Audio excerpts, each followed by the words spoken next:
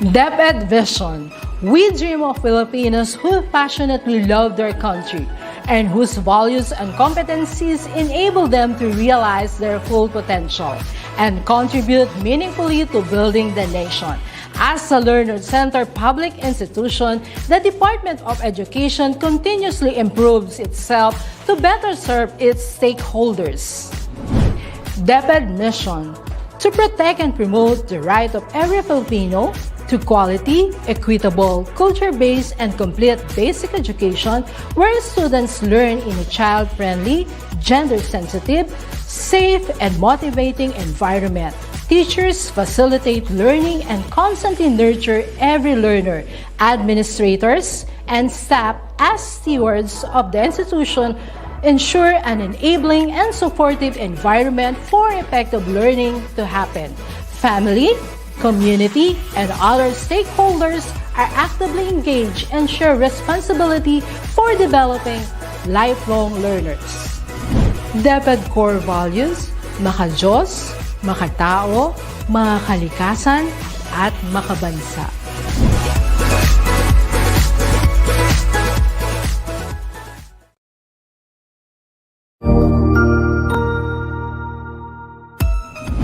Mabuhay! Good day to all! I am your tutor Madge.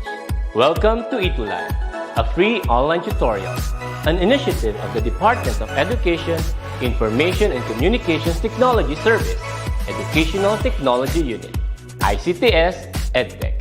This program is aimed at helping and assisting learners from kindergarten, senior high school, ALS, Alive, and SPED learners. Aside from answering the modules, the Itulay is offering programs which you will surely look forward to. Together with our parents and teachers, the Itulay will bridge the gaps where difficulty and ease meet in learning new knowledge and skills. So, let us prepare our modules, pen and paper. Ready your mind to see and hear worthwhile and interesting lessons. Let us now study and learn, together with our volunteer online tutors. Tara na!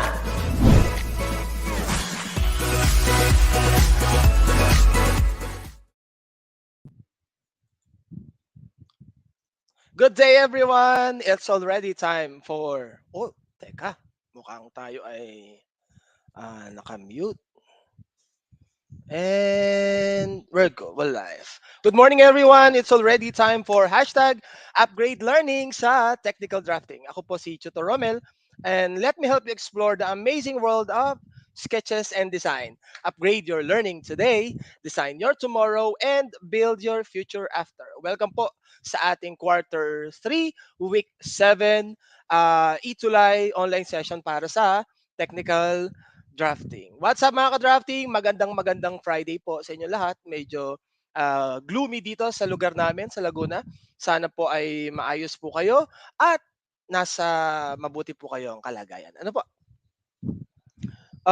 Live na live po nga po tayo ngayong quarter 3, week 8. Kumusta po kayo? Katulad po ng lagi nating binabanggit ay sana po nasa mabuti po tayo kalagayan ngayong Friday at naging maayos po ang takbo ng ating Friday. Ngayong isang buong linggo. Ano po? Sana po naging maayos po yan. At kung meron po kayong pupuntahan sa labas ngayong weekend, sana po ay mag-ingat po tayo, gumamit po tayo ng alcohol lagi at gumamit po rin po tayo ng face mask. At syempre, social distancing pa rin, maingat na alagaan po natin ang ating mga sarili. Ngayon po, ang pag-uusapan po natin ngayong quarter 3, week 7 ay tungkol sa 3-point perspective drawing. Yan po yung ating kadugsong na pinag-usapan natin last week or nung mga nakaraang linggo na 1-point tsaka 2-point perspective drawing. Makakasama pa rin po natin si Tutor Marco ng SDO Bulacan tuwing Friday po 10:30 hanggang 11:10 ng umaga. At maraming salamat po Sir Marco. Mag-ingat po kayo palagi. At thank you po sa palaging pag-guide. At syempre, maraming salamat din po sa aming napakasipag na program head, Sir Michael Angelo Maleriado. Maraming salamat po, Sir. Ano ba ang mga dapat nating matutunan ngayon? At the end of our tutorial, you are expected to define 3-point perspective drawing, follow the steps in constructing three-point perspective drawing, sketch the three-point perspective drawing of the given shape, and construct the three-point perspective drawing of a house facade. Nung mga nakaraan, ang ginawa natin 2-point lang, ngayon 3-point naman. Para po sa mga nagtatanong, banggitin po natin habang naka-flash sa akin yung review natin, no? Anong gagawin natin habang naghihintay? True or false? Read the statements carefully. Question 1 of 4. Two-point perspective drawing is also known as angular perspective. True or false? Lagay natin sa ating comment section. Para po sa nagtatanong, ang milk po na sinusunod natin ngayon ay submit complete drawing. Kaya po medyo iniisa-isa natin yung ating perspective drawing saka yung ating mga isometric drawing na na-discuss noong mga nakaraang session natin. Habang naghihintay tayo ng sagot, batiin po na natin ang ating walang sawa sa pagtutok kay Richelle Kulili ng San Mariano National High School, Maine, SDO Isabela, at kay Ma'am Janet Corpus, si Richelle ay grade 9 Eucalyptus. Good morning din kay Sir Gilbert Bautista. Good morning po, Sir. Maflor Ancheta. Galing din po siya sa San Mariano National High School. Cristina Diaz de la Cruz. Maraming salamat po sa pagtutok. Shia Rube, Laika Jane, Miguel, Giancarlo Texon mula sa Sapang Palay National High School, SDO, Bulacan. Maraming salamat po. At kay Laika Jane Miguel, Jaisel Mateo, Alicia Ira Candidoy Lucas mula sa Isabela. Maraming salamat din po sa pagtutok. Joshua Bautista ng San Mariano National High School, Isabela. Aldrin Morales ng grade 9 Fernandez. At Kenneth Chevis, Marian Velasco, Taguba. Maraming salamat po. So ano po kaya? Review number 1. Palagay nyo, it's it true or false? Two-point perspective drawing is also known as angular perspective. Angular perspective po kaya yan? Hintay-hintay natin sa ating comment section. Kung, mga kasama, mga ka-drafting, ang inyong sagot ay true, tama po yan. Ang two-point perspective drawing po ay tinatawag ding angular perspective. Kasi yung 1 point ay parallel perspective at yung 3 point ay i-discuss natin ngayon. Okay? Congratulations! Kung tama ang inyong sagot, kayo ay Matieli Ducado. Congratulations! Yay! Tama si Id Pecolera. Id ba o Aid Pecolera? Ang sabi niya ay true. Okay. Question number 2. Question number 2. Review question number 2. True or false pa rin. Vanishing points in angular perspective are left vanishing points and right vanishing points. Yung tawag doon, true or false. Ang vanishing points daw ng angular perspective are left vanishing point and right vanishing point. Yun po kaya yun. Ang sagot ni May Damanse ay true. If your answer is true, katulad ng kay May, that's correct. Kayo ay isang Matieli Ducado. Yehey! Congratulations! Yes. Review question number 3. Yan. Angular perspective angular perspective drawing has 2 station points. May dalawa bang station point ang angular perspective? True or false? Hintayin natin yung sagot sa inyong sa comment section ng ating live para ma-acknowledge natin, mabasa natin. True ba na ang angular perspective has 2 station points? Ang sabi ni Marian Velasco Taguba ay true daw. Kung ang sagot nyo ay true, yes, angular perspective, 2 station points ay false. False po ang sagot dahil ang angular perspective has 2 vanishing points, hindi po station point. Ano po? Kung ang sagot nyo ay false, kayo ay Matieli Ducado. Congratulations pa rin sa mga nagsasagot sa kanilang bahay. Yes, 2 vanishing points po ang meron. Question 4 of 4. Moving station point affects subject size. Kapag ba gumagalaw yung station point ng perspective drawing, naapektuhan ba yung size ng object? Ibig sabihin, lumalaki ba yung object? Lumiliit ba? Although kapag two-point perspective, mga ka-drafting, ay naapektuhan naman talaga yung size niya kasi possible nagiging medyo maliit yung isang part. Pero ang question natin is, moving station point daw affects object's size. Naapektuhan ba yung size ng object kapag gumagalaw or nagbabago ang posisyon ng station point? Ang sabi ni May ay true. If your answer is true, katulad ng kay Mary Joyce, that is correct. Yehey, kayo ay isang Matieli Ducado. Congratulations! Ilan ba tama? Naka 4 over 4 ba? Very good. Tama rin, si Marian Velasco Taguba, true din ang sagot niya sa number 4. Congratulations! Ngayon, punta tayo sa lesson natin which is 3-point perspective. Diniscuss natin yung parallel, 1-point, 2-point ay angular perspective, saka yung ngayon, discuss natin yung 3-point perspective or yung tinatawag na oblique perspective. Okay? Ngayon, ang 3-point perspective drawing daw, having 3 vanishing points, katulad na nakikita natin sa screen, mga ka-drafting, 2 vanishing points are on the horizon line and 1 point is above or below the vanishing point, depending on your point of view. Kasi kapag nagti-3-point perspective tayo ng drawing, either you look up or you look down dun sa object. Ibig sabihin, kapag daw katulad ng nasa screen natin, mga ka-drafting, yung nasa kaliwang bahagi, no, yung kulay yellow, orange, yan ay looking up. Ibig sabihin, yung vanishing points niya na 2 at 3 ay nasa ibabang bahagi, tapos yung isang vanishing point ay nasa taas. So, ibig sabihin, kapag tiningnan mo yung drawing, parang nakatingin ka sa itaas. Parang tinitingnan mo siya sa itaas. Parang sa photography din, no, kapag binaba mo yung camera sa may paa, minsan nagkakaroon ng perspective na humahaba or tumatangkad yung subject natin.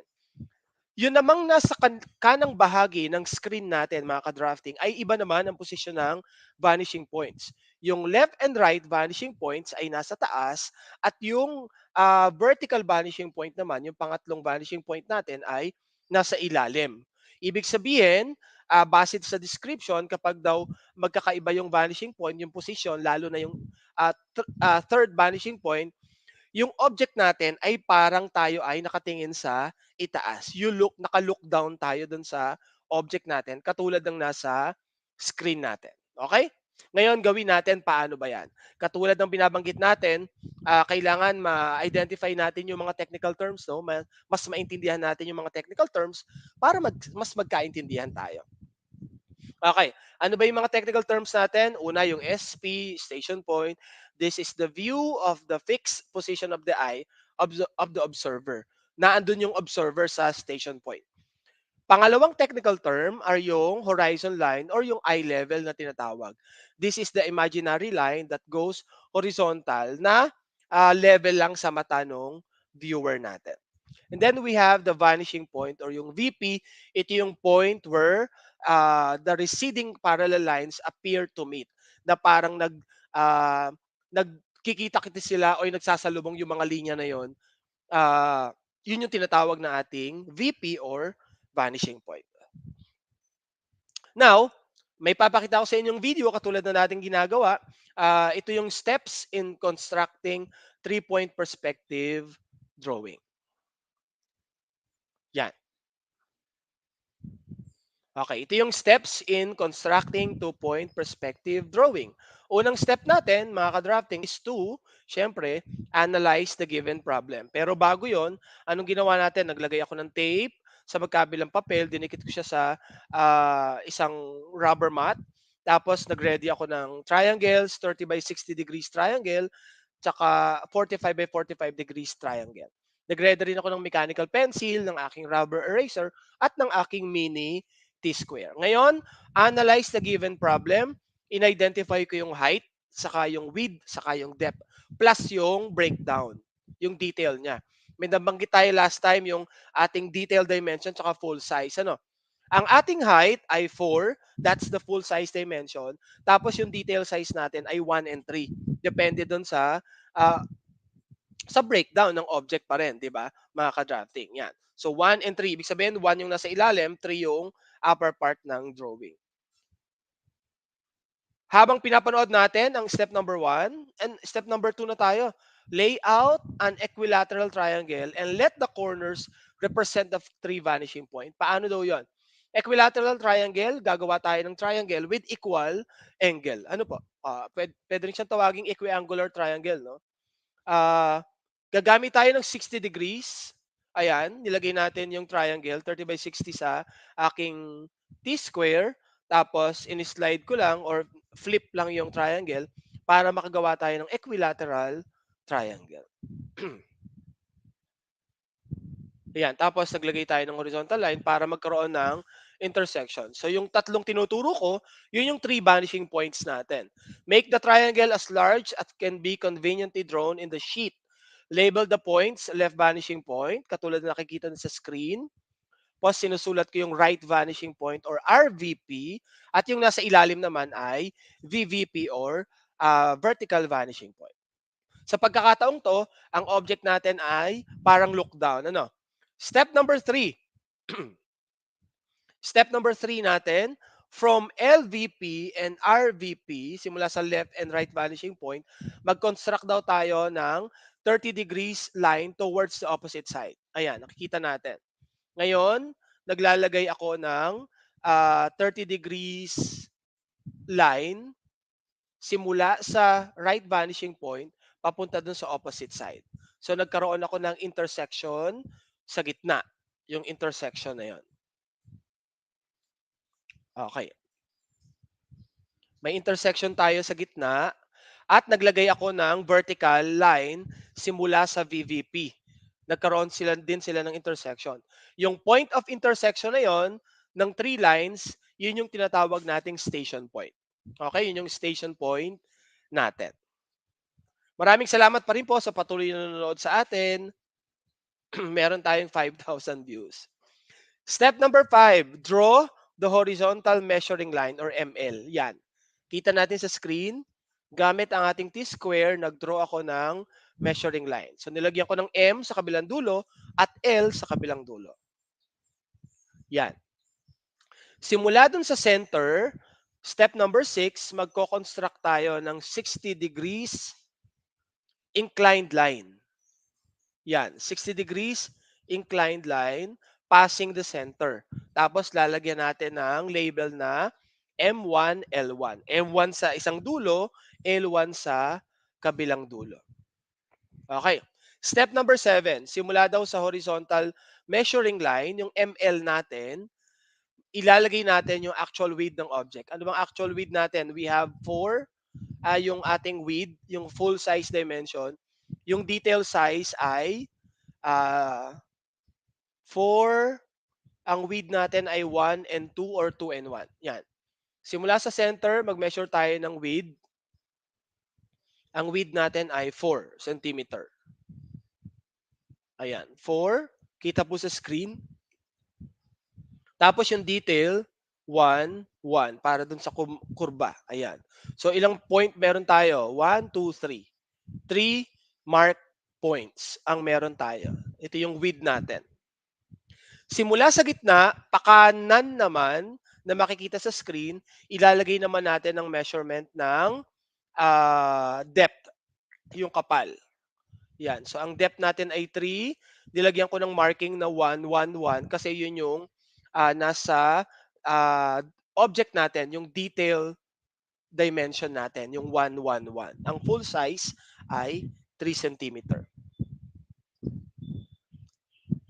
Pagkatapos, sa M1, L1, ilalagay naman natin yung height. Ang height natin ay 4. Yan, nilagyan natin ng reference line, height. Ayan. Tapos, yung detail natin ay 1 and 3. So, that's 4. Pansinin natin, no? Sa M1 or measuring line, yung sa kaliwa ay width, sa kanan ay depth. Yung M1, L1 natin, dun natin ilalagay yung height. Pagkatapos, yung width natin, tsaka yung depth ay i-connect natin either left vanishing point or right vanishing point. Ayan, tingnan natin sa screen.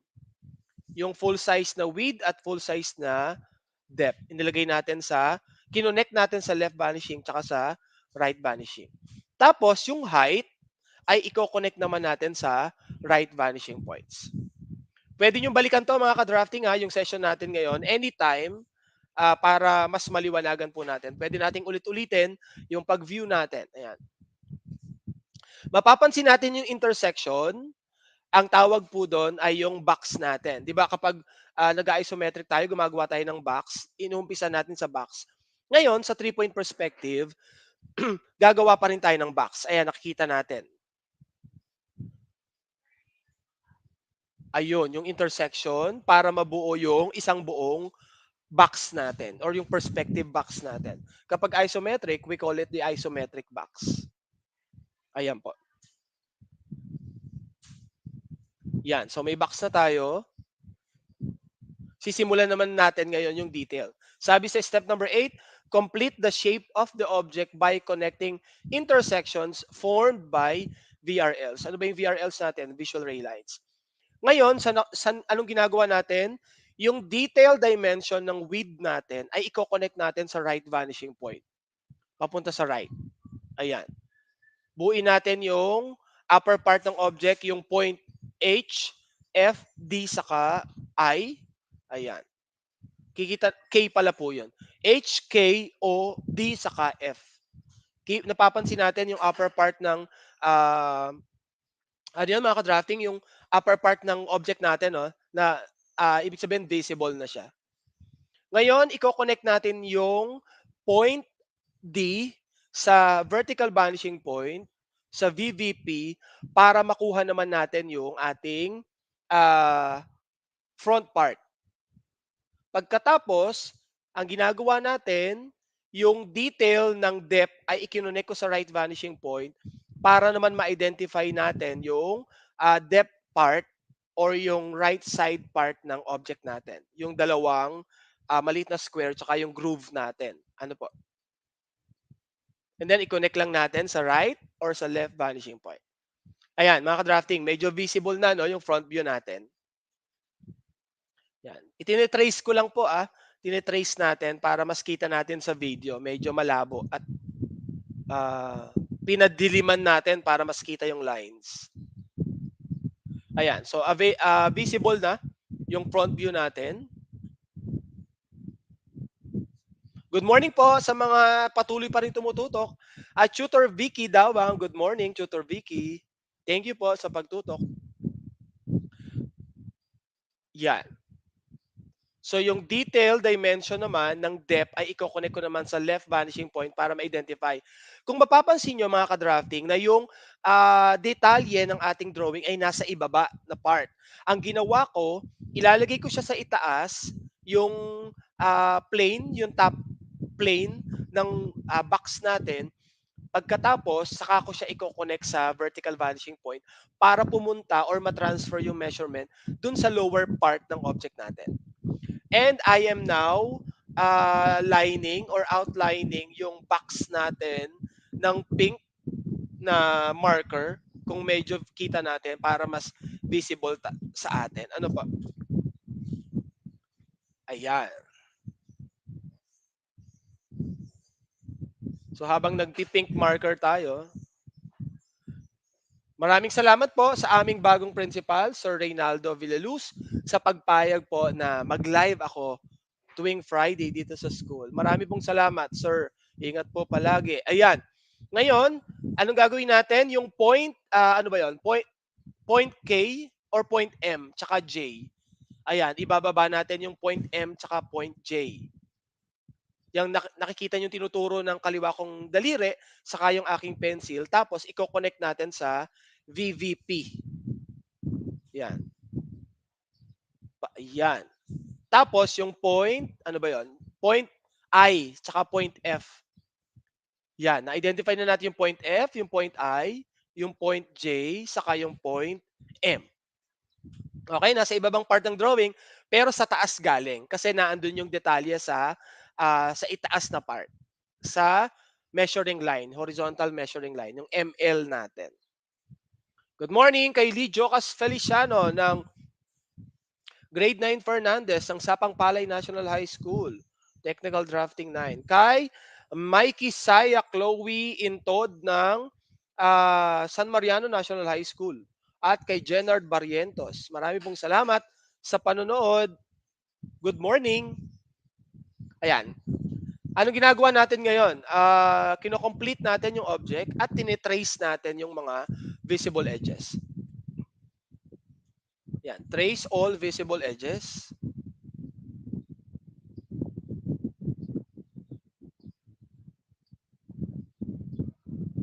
Okay. So, yung dalawang detailed na part ng object ang ginagawa natin ngayon. Hinahanap natin kung gaano kalayo yung groove or yung distansya dun sa groove, yung round part ng object natin. Ano po? Manggagaling yan dun sa ating ang tawag doon? Sa width. Sa width natin, yung ML natin from station point pakaliwa. Doon siya manggagaling kasi ibababa natin siya papunta doon sa part na yon ng object sa ilalim. Ayan, ibinababa natin siya. And then, tsaka natin i-trace yung mga visible edges para mas mabilis nating makita. Yon. Okay? So ano napansin nyo? Kapag nag 3-point perspective, lumiliit na yung object natin. No? Tapos, yung ating vanishing point na left and right ay nasa taas at yung vertical ay nasa ilalim. From the description a while ago, diniscuss natin na kapag yung isang vanishing point ay nasa ilalim, yung object ay para tayong naka-look down dun sa object. Parang sa taas na part ng object natin tinitingnan. Pwede rin naman 'tong gamitin, yung principle niya, pwedeng gamitin kung gagawa tayo ng mga perspective drawing ng mga bahay natin. Pwede nating i-move yung vanishing points to a place or anywhere dun sa drawing paper natin na gusto natin para mas malaro natin yung perspective drawing.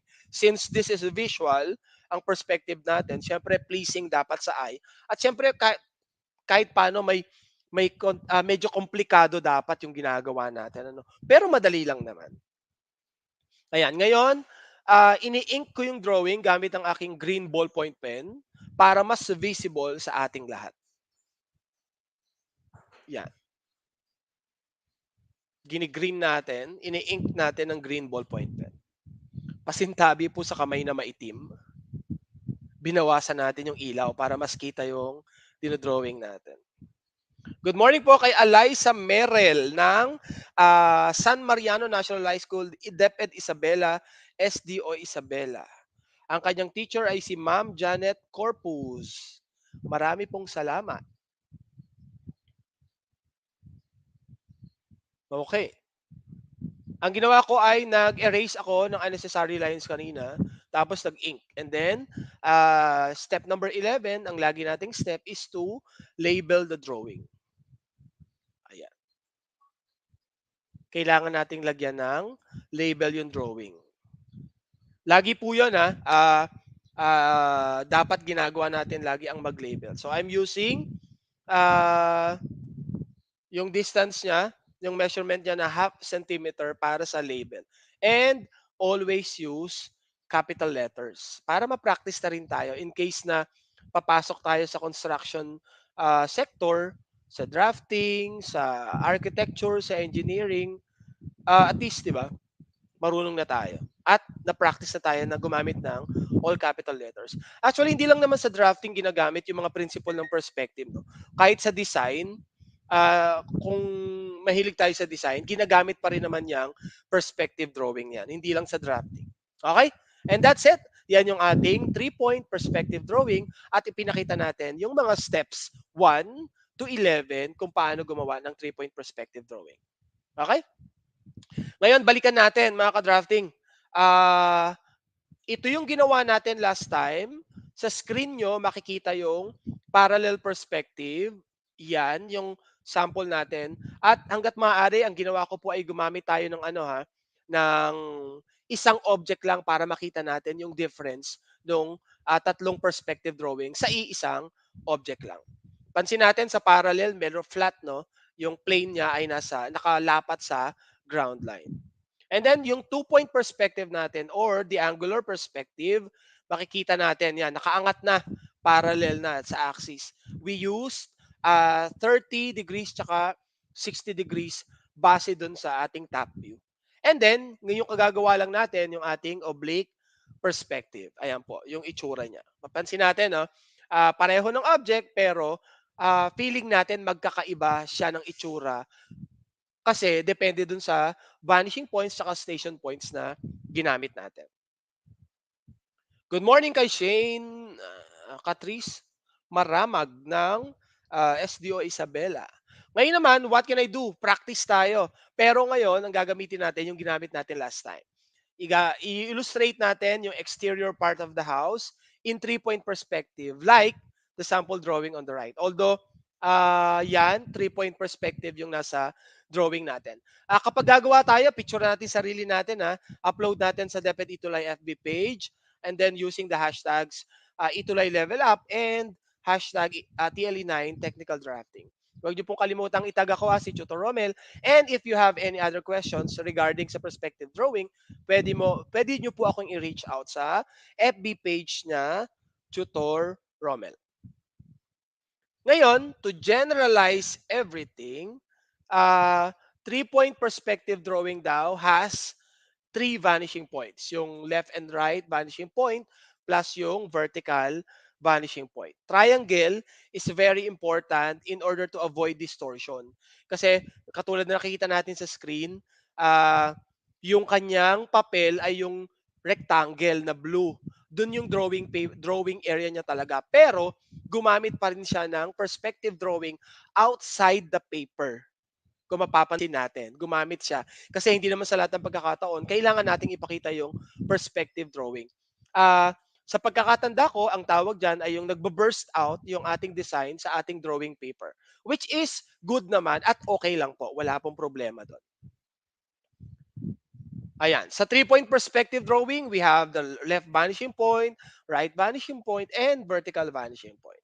Depende. Plus, syempre, kailangan natin yung triangle. Pero tandaan po pwedeng yung triangle ay outside the drawing paper natin. Kasi ganun pa rin naman ang mangyayari sa drawing, magiging perspective pa rin siya in three vanishing points. Ngayon, pagkatapos yan, kailangan natin syempre i-test yung sarili natin. No? Ito yung quiz natin, 1 of 4 quiz natin. At syempre, tulungan nyo po akong sagutin to by putting your answers or writing your answers sa ating comment section. True or false pa rin, mga ka-drafting. Question 1 of 4. A two-point drawing has 3 vanishing points. Or a two-point perspective drawing has 3 vanishing points. Kapag ba two-point perspective, 3 vanishing points ba? True or false? Sagot natin. Still watching po, Tutor Marian Velasco Taguba. Marami pong salamat sa nag-i-still watching. Pero, syempre, no, pwede nyo naman itong panoorin mamaya.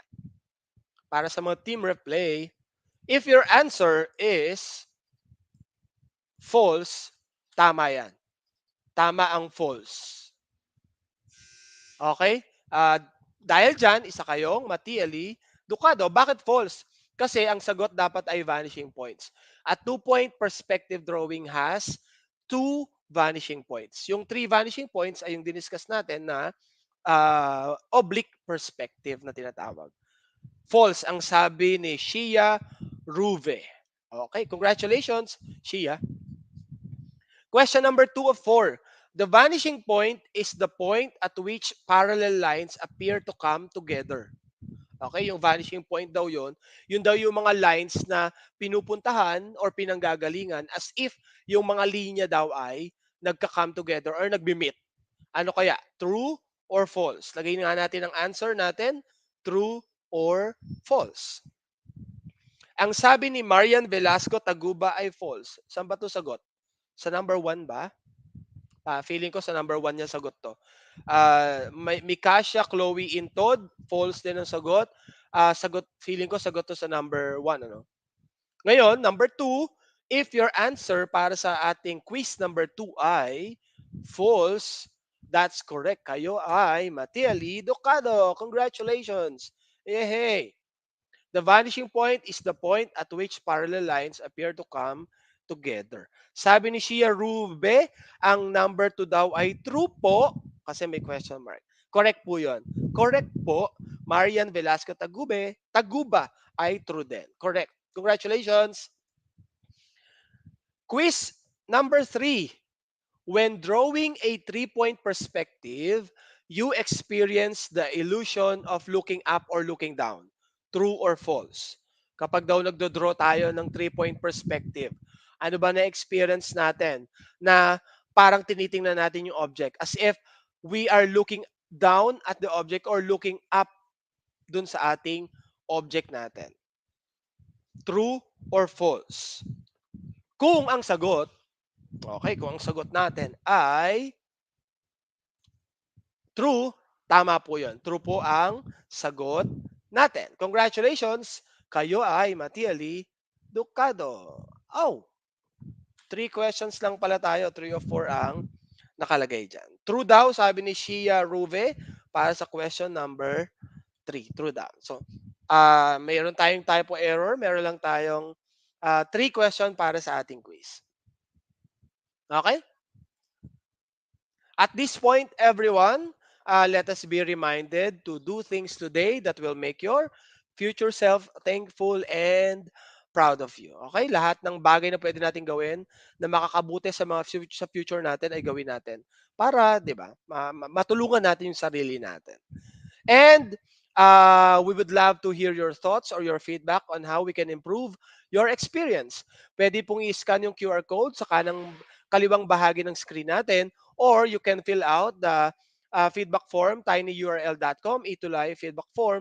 And for your comments and suggestions, email us at edtech@deped.gov.ph.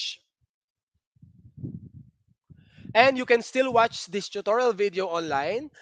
I-search lang po natin ang DepEd Itulay YouTube channel and FB page. Magkita-kita po tayong muli. At don't forget to like and share yung page namin. Thank you, Shia Ruve. Thank you sa pagtutok. Magkita-kita tayong muli para sa panibagong kaalaman sa technical drafting. Ako po si Tutor Romel, ang inyong kutkuterong tutor mula sa bayan ng mga Lakan at magagandang Binibini. Pagsanhan na nagsasabing, sipagan natin para sa ating pangarap. Kung medyo nahihirapan ka, tutulungan kita. Maraming tutulong sa'yo. Just ask for help. Ikaw at ako, teamwork tayo para always panalo. And this is Itulay online tutorial para sa upgrade learning sa technical drafting. Thank you po.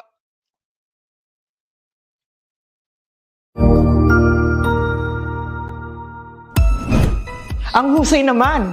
Natapos mo ang iyong tutorial session kasama ang iyong mahusay na Itulay Tutor. May bago ka bang natutuhan? I-share na yan gamit ang hashtag Itulay Level Up. Huwag aalis ha, dahil may susunod pang programa na pwede mo ring panoorin at salihan. Dahil naghihintay na ang iyong mga tutors. Happy learning dito sa Itulay!